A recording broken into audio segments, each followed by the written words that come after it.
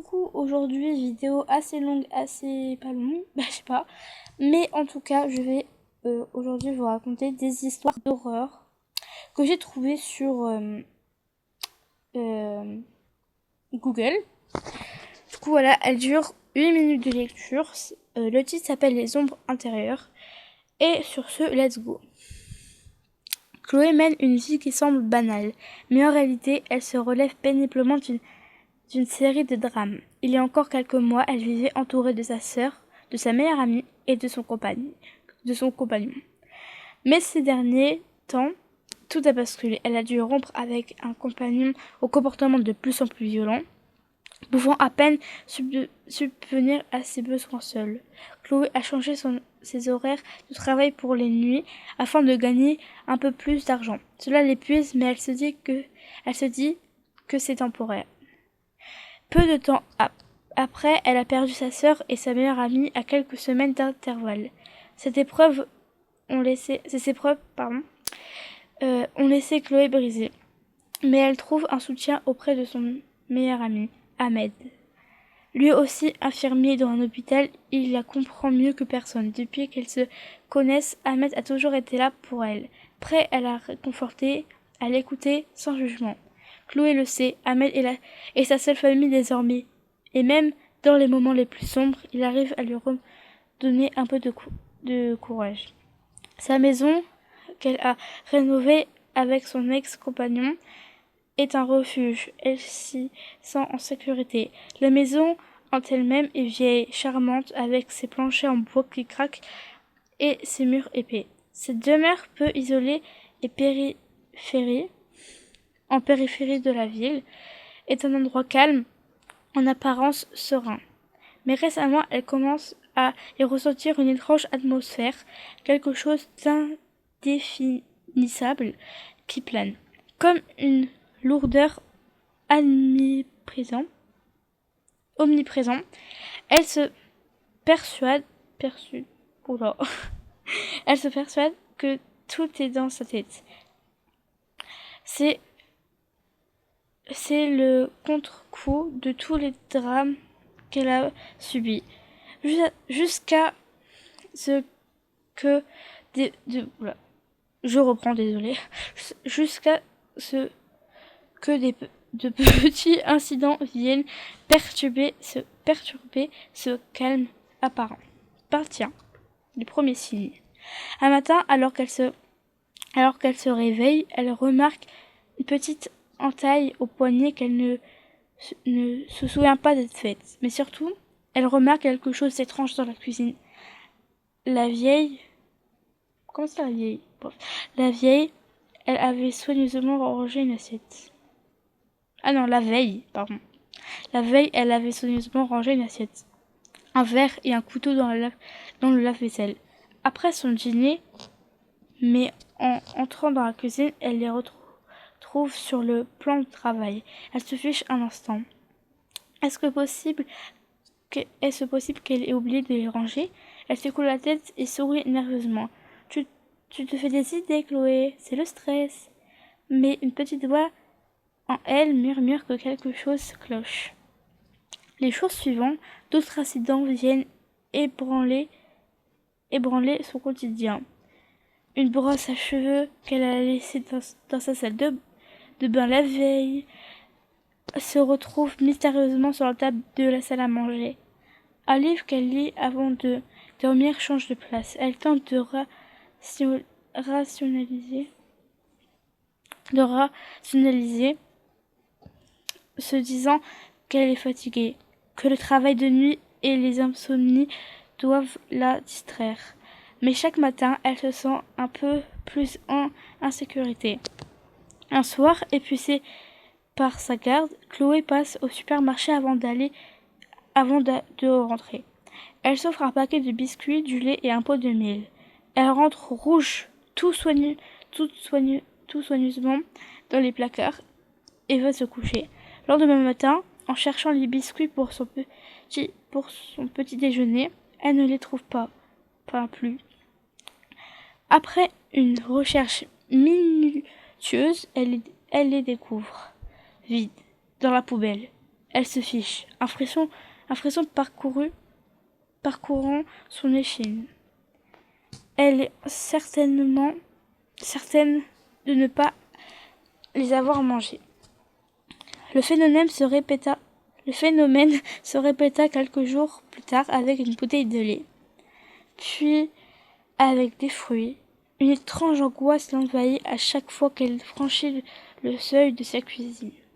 Elle vérifie toutes les serrures, les fenêtres. Elle s'assure que tout est bien fermé avant de partir, mais rien ne change. Sa maison lui donne de plus en plus l'impression d'être habitée par une autre présence. Partie 2. La menace. C'est dehors qu'ils sont apparus, des bruits si sourds qu'ils semblaient venir des entrailles de la maison elle-même. Une nuit, alors que le silence de la maison est total, Chloé entend un craquement au-dessus d'elle. D'abord un seul bruit, puis un autre, comme un pas léger, puis un autre plus lourd. Lentement, elle se redresse, le cœur battant. Est-ce le bois qui craque? Ou quelque chose de plus tangible? Elle reste figée, écoutant attentivement, mais tout redevient silencieux. Elle se persuade que ce n'est rien. Peut-être un pigeon ou une chauve-souris sur le toit. Mais le bruit revient la nuit suivante, mais cette fois plus fort, comme si quelque chose tombait lourdement au plafond. Elle se redresse dans son lit, terrifiée, osant à peine bouger. Elle attrape son téléphone et appelle Ahmed pour lui parler de ses craintes. Mais il la rassure en lui disant qu'elle était épuisée, qu'elle devrait se reposer. Oublie tout ça. Elle se force alors à croire que tout cela n'est que le fruit de son imagination, une accumulation de fatigue et de stress. Pourtant, elle finit à nouveau par verrouiller toutes les portes et les fenêtres, espérant que cela mettra un terme à ses angoisses. Finalement, l'accumulation de ces événements finit par la pousser à bout. Après plusieurs nuits de bruit et d'objets déplacés, elle décide d'appeler la police. Elle explique ses inquiétudes, sa peur que quelqu'un soit rentré chez elle, mais les policiers semblent sceptiques. Une vieille maison, disent-ils, ça fait souvent du bruit. Ils acceptent malgré tout de venir inspecter les lieux. Les policiers passent chaque recoin de la maison au peigne fin, mais ne trouvent rien d'anormal. Jusqu'à ce qu'ils trouvent une trappe au plafond, dans le couloir du premier étage.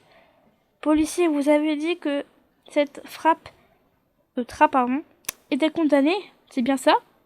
Chloé, voix faible, tremblante. Oui, depuis que j'ai emménagé, je ne l'ai jamais ouverte. Les policiers forcent la trappe et, une fois à l'intérieur, ils découvrent l'horreur.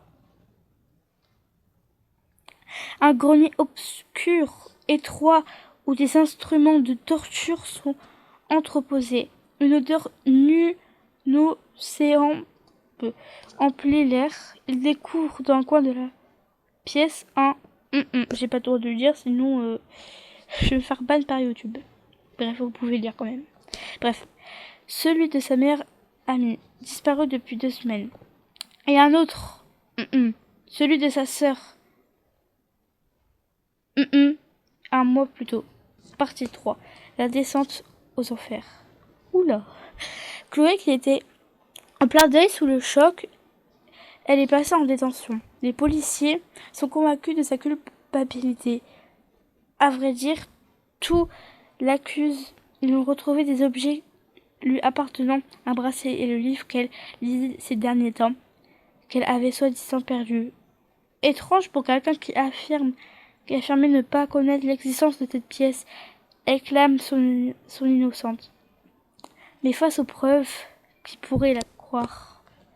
Les policiers décident de la confronter à leur cellule psychiatrique. Oula, j'arrive pas à le dire. Psychiatrique. Et là, c'est un non-retour pour Chloé. Les psychiatres de la Oh là là. Les psychiatres bref, de la police suggère qu'elle pourrait souffrir d'un trouble de la personnalité dû aux médicaments contre l'insomnie. C'est rare, disent-ils, mais pris à forte dose. Cela arrive. Depuis qu'elle travaille de nuit, elle prend en effet des somnifères puissants qui pourraient altérer sa mémoire et son jugement. Selon la psychiatre, elle aurait développé une seconde personnalité, une facette sombre qui aurait commis ces actes sans qu'elle ne s'en souvienne. Ce sont des lourdes accusations pour une femme déjà meurtrie par les événements récents. La police interroge alors son meilleur ami Ahmed qui affirme qu'elle serait incapable de faire une chose pareille. Le juge n'est pas totalement convaincu par les conclusions des psychiatres. C'est pourquoi il prend la décision de ne pas la condamner tout de suite. Chloé. Elle restera en détention provisoire pendant 3 semaines, le temps que les enquêteurs trouvent potentiellement une autre piste. À défaut de quoi, elle serait incarcérée à perpétuité dans un hôpital psychiatrique. Le chef de la brigade, M. Giraud, décide de prendre les choses en main. Pendant 2 semaines, M. Giraud et son équipe enquêtent nuit et jour. Chloé, toujours en détention provisoire, commence à sombrer peu à peu dans la folie. Elle commence à coller toutes les pièces du puzzle du peu de mémoire qu'il lui reste. Plus elle cherche sa tête, plus cela devient lucide. Tous ces objets qui bougent sans raison. Elle aurait donc assassiné sa... Elle aurait donc sa propre sœur. Seule dans sa petite chambre d'intercération, elle réfléchit. Plus elle réfléchit, plus elle pleure, plus elle angoisse. Elle ne mange plus et maigrit à vue d'œil. Elle reste sur son lit et pleure sans cesse. Monsieur Giraud, particulièrement touché de la descente aux enfers de cette femme, décide de faire un dernier effort. Il ne pourra pas avoir la conscience tranquille tant qu'il n'aura pas tout fait pour tenter d'innocencer cette femme. Surtout qu'un détail la perturbe. Les policiers avaient demandé à Ahmed de se présenter au poste, mais il n'est pas venu de la journée. Étrange pour quelqu'un qui souhaite à tout prix innocencer son ami. La nuit venue, il décide de se rendre à la maison. En dehors de ses horaires de service, il se gare devant la demeure, entouré de rubans, barricadé depuis 2 semaines par ses agents. Il entre. Tout de suite, un détail horrible interpelle. Du sang. Oui, c'est bien du... Bon, j'ai pas envie de me faire pas, donc... Donc, oui, c'est bien du... Là, juste à l'entrée, aussitôt, il alerte le commissariat avec sa radio et suit les traces de... Il monte à l'étage et les escaliers recouverts de ce liquide rouge vif. Tout à coup, il s'arme de son...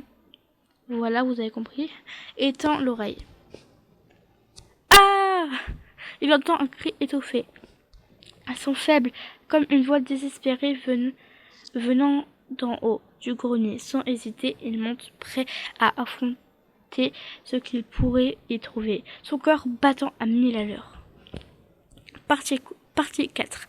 Le véritable monstre. Lorsqu'il atteint le grenier, il découvre l'inimaginable. C'est lui, Ahmed, le meilleur ami de Chloé, gisant sur le sol. À côté de lui, un homme cagoulé. Ouais. Des instruments voilà, à la main. Oula là là là là là là, oula. On va éviter de montrer l'image. Monsieur Giroud.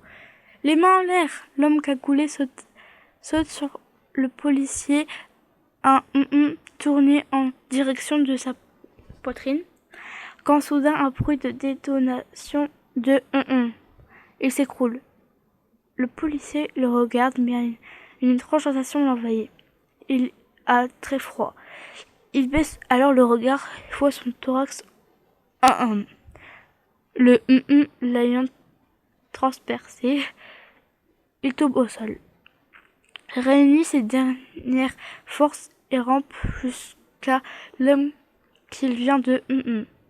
Il doit savoir qui il est. Il retire son capuchon et c'est alors qu'il comprend. Quand les policiers arrivent sur place, il emmène les deux hommes en urgence à l'hôpital. Un seul d'entre eux a survécu, l'ex-petit ami de Chloé. Il avoue tout, consumé par la haine et le rancœur après leur séparation. Il avait planifié une vengeance implacable. La maison qu'il avait rénovée ensemble lui servait de piège idéal pour briser Chloé dès leur rupture. Il s'était caché dans le grenier, profitant de ses absences nocturnes pour descendre, manger dans sa cuisine, déplacer les objets et semer le doute. Chaque nuit, il renforçait son emprise invisible, alimentant les doutes de Chloé, jusqu'à la convaincre qu'elle perdait la raison. Et ce n'est pas tout, son plan morbide incluait les de sa sœur et de sa meilleure amie. Pour affliger Chloé une souffrance insupportable. Ces derniers mots ont été les plus terrifiants. Je veux qu'elle ressente ce que c'est d'être détruite. Je voulais qu'elle comprenne qu'elle n'avait aucun contrôle. Je veux la briser. Chloé est évidemment innocentée. Au petit matin, les policiers lui ouvrent les portes de sa cellule, mais tout ce qu'ils trouvèrent fut son... Oula, bon là, je peux pas le dire. De la fenêtre à l'aide de ses draps. Oula, fin. Cette histoire nous rappelle, etc. Bon, c'est la fin. Après, je vous laisse voir, après, lire la fin, mais je vais pas lire.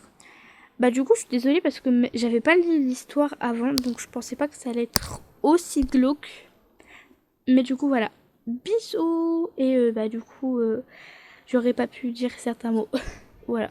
Bisous. Au revoir.